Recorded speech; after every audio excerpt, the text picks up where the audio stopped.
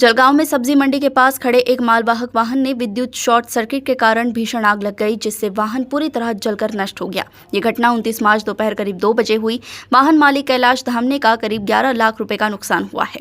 आग लगते ही आसपास के नागरिकों और वाहन मालिक संघ के सदस्यों ने पानी डालकर आग बुझाने का प्रयास किया और चालक की जान बचा ली। हालांकि नगर परिषद की अग्निशमन गाड़ी घटनास्थल से थोड़ी दूरी पर होने के बावजूद रास्ते में बाधा के कारण लगभग 15 मिनट देर से पहुंची, जिससे आग और भड़क गई। घटना में वाहन पूरी तरह क्षतिग्रस्त हो गया, लेकिन स्थानीय लोगों की सतर्कता से बड़ा हादसा टल गया। वाहन मालिक संघ के प्रयासों की क्षेत्र में सराहना की जा रही है।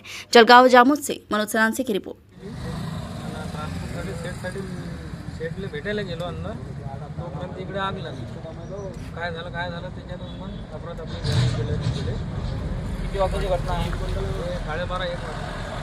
12:30-1 वाजता घटनेच्या वेळेस आपण कोणत्या ठिकाणी होते नेमके? ते ट्रान्सपोर्टच्या अंदर होते, बाजूला गेलो होतो एवढ्यात। म्हणजे तुम्ही बाहेर आल्यानंतर आग लागलेली होती। मग आम्ही विझवायचा प्रयत्न केला, म्हणजे आग काही विझली नाही। तर आपल्या वाहनाचं किती रुपयाचं नुकसान झालेलं असेल? आता 10-11 लाख नुकसान आहे। या संदर्भामध्ये आपण स्तरावर काही पत्र वगैरे केली आहे? शासकीय अधिकारी कर्मचारी या ठिकाणी चौकशीकरिता आले होते काय? नाही, कोणीच नाही। त्या संदर्भात अजून अद्याप आपली प्रक्रिया बाकी आहे। फायर ब्रिगेड चालू आहे।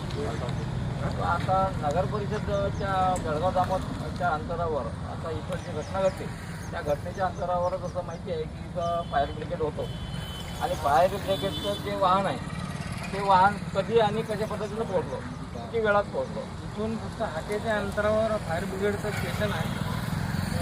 आधी 1-2 जण पळत गेले तिथं। एक जणाला फोन लावला, तरी ते कमीत कमी 15-20 मिनटं काही ती गाडी आली। इथून यायला त्याला फक्त अर्धा मिनटं लागतं गाडीला, ती काही आली नाही अर्ध्या मिनटामध्ये। अर्ध्या मिनटामध्ये गाडी आली असती तर माझी गाडी वाचली असती, समजा आग लागली नसती। बाकी ती 20 मिनटाच्या बाद नंतर आली, माझी गाडी पूर्ण टचली होती तोपर्यंत।